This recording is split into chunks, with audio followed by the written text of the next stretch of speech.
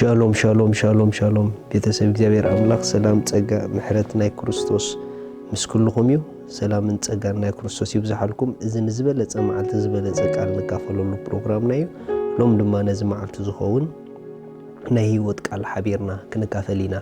ሎም ንካፈሎ ቃል ህዝብ አምላኽ ብርሃን እዩ ዝብል እዩ ህዝብ አምላኽ ብርሃን እዩ ሪኹም አሕዋት ናይ እግዚአብሔር ህይወት ብርሃን ተባሂሉ ይጽዋዕ ናይ ህዝብ አምላኽ ህይወት ካ ብርሃን ተባሂሉ ይጽዋዕ ምኽንያቱ ካ ብርሃን ይዝውለድ መጽሐፍ ቅዱስ ስለ አምላኽ ክዛረብ ከሎ አቦ ብርሃናት ይልዎ ሪኹም ምኽንያቱ ንሱ ብርሃን ኮይኑ ብርሃናት ይኸቡ ዝወጹ ማለት እዩ ጎይታ ስሙ ይባረኽ መጽሐፍ ቅዱስ አብ ወንጌል ዮሐንስ ምዕራፍ 8 ከምዚ ይብል ጥቕስ 12 ሽዑ ኢየሱስ አነ ብርሃን ዓለሜ እቲ ዝስዕበኒ ብርሃን ህይወት ክረክብ እምበር በጸልማት አይከይድን ይሉ ከም በሐድሽ ተዛረቦም ዋው ኢየሱስ ክርስቶስ ዘገርም ቃል ተዛሪቡ ሓደ ስለ ርእሱ ተዛሪቡ ካልአይ ግን ስለቶም ንዑ ዝስዕቦ ተዛሪቡ አነ ብርሃን ዓለም ይሉ እቲ ዝስዕበኒ ድማስ ናይ ብርሃን ህይወት ክረክብ ይሉ ክብርና አምላኽ ይኹን በኻላ አዘራርባ እቶም ንክርስቶስ ዘአምኑ ዘበሉ ኩሎም ንሶም ናይ ብርሃን ህይወት ካብ ክርስቶስ ተኻፊሎም እዮም እዚ ማለት በዛ ናይ ብርሃን ህይወት ኢና ዳግም ተወሊድና ሃሌሉያ ስለዚ እዛ ኣብ ክርስቶስ ዝነበረት ናይ ብርሃን ህይወት ሎሚ ድማ እቶም ብክርስቶስ ዳግም ዝተወልዱ ዘበሉ ኩሎም ኣብኦም ኣላ እግዚአብሔር አምላኽ ስሙ ይባረኽ ወንጌል ማቴዎስ ምዕራፍ 5 ከምዚ ኢሉና ኣሎ ካብ 13 ንስኹም ጨው ምድሪ ኢኹም ጨው መቐረቱ እንተኸደ ንምንታይ ይምቅር ብምንታይ ይምቅር ብሰብ ክርገጽ ንግዳ ምድር ባይ እንተዘይኮይኑ እምበር ዝጠቅም የብሉን ንስኻትኩም ብርሃን ዓለም ኢኹም ኣብ ከረን ዘላ ከተማ ክትክወል ኣይከኣላን እዩ መብራህቲ ኣብ ቤት ንዘሎ ኩሉ ከበርህ ኣብ ቀዋሚ ቀንዴል ክሰቕልዎ እምበር ኣብ ትሕቲ ከፈር ከንብርዎ ኣይብርህዎን እዮም ከምኡ ኸዓ ነቲ ጽቡቕ ግብርኹም ርኦም ኣብ ሰማያት ንዘሎ ኣቦኹም ምእንቲ ከመስግንዎ ብርሃንኩም ኣብ ቅድሚ ሰብ ይብራህ ኢሉ ርኢኹም ኣሕዋት ንእግዚአብሔር ከመስግኑ ዝገብር ካባና ዝወፅእ ናይ ኣምላኽ ብርሃን ኣባና ኣሎ ምኽንያቱ እታ ኣባና ዘላ ህይወት እዛ ዳግም ዝተወለድናላ ህይወት ብርሃን ስለ ዝኾነት መጽሐፍ ቅዱስ ክዛረብ ከሎ ንስኹም ብርሃን ዓለም ኢኹም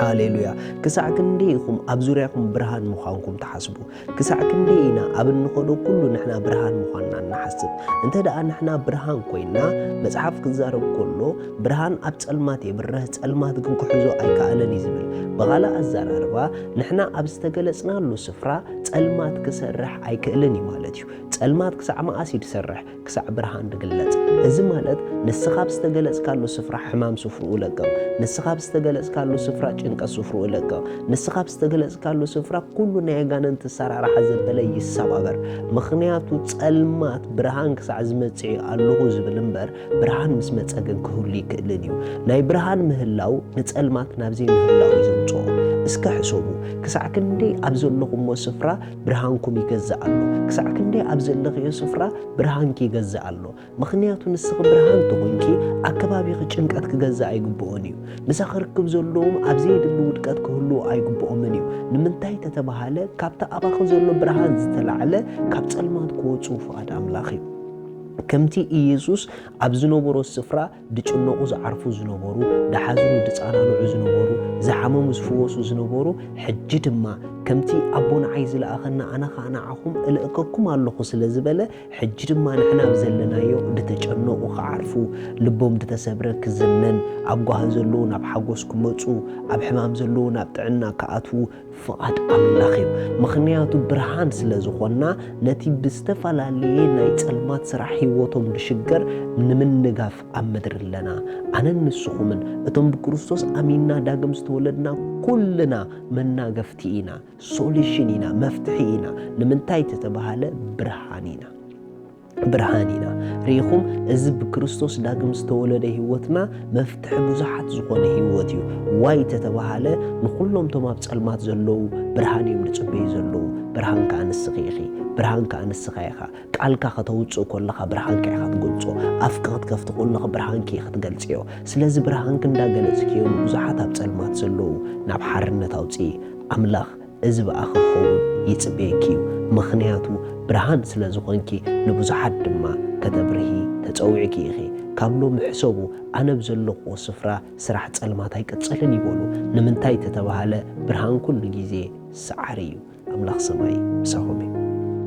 ስለዚ ሎሚ ንጎይታና ኢየሱስ ክርስቶስ ኣብ ህይወትኩም ወሲንኩም ክትቀበልዎ እትደልዩ እታ ኣብኡ ዘላ ናይ ዘለዓለም ህይወት ክትቀበልዋ እትደልዩ እዛ ጸሎት እዚኣ ጸልዩ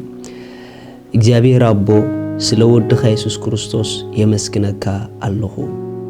يأمن الله ኢየሱስ ክርስቶስ ስለ ኃጢአተይ ከም ድተሰቕለ እዳ ኃጢአተይ ከፊሉ ከም ዝፈጸሞ ስለይ ከም ዝሞተ ብሳልሰይቲ መዓልቲ ኣምላኽ ካብ ሞታት ከም ዘተንስኦ ኣብ የማን ኣምላኽ ከም ዝተቐመጠ ይኣምን ኣለኹ ኢየሱስ ክርስቶስ ናይ ህይወተይ ጎይታ እዩ ኢየሱስ ክርስቶስ ኣምላኸይ መድኃኒይ እዩ ካብዛ ሰዓት ንክርስቶስ ብምቕባለይ ሓድሽ ፍጥረት ውሉድ ኣምላኽ ኮይነለኹ መንፈስ ቅዱስ ብሽም ኢየሱስ በእምነት ናብ ውሽጠይ ይቕበለካ ኣለኹ አሜን እዚኣ ጸሎት ጸሎኹም ብጣዕሚ ቋሓጎሰኩም በዚ ታሕቲ ዘሎ ኣድራሻና ኮንታክት ግቡርና ይኹም ሰድለይኩም ሓገዝ ክንለኸልኩም ኢና ሻሎም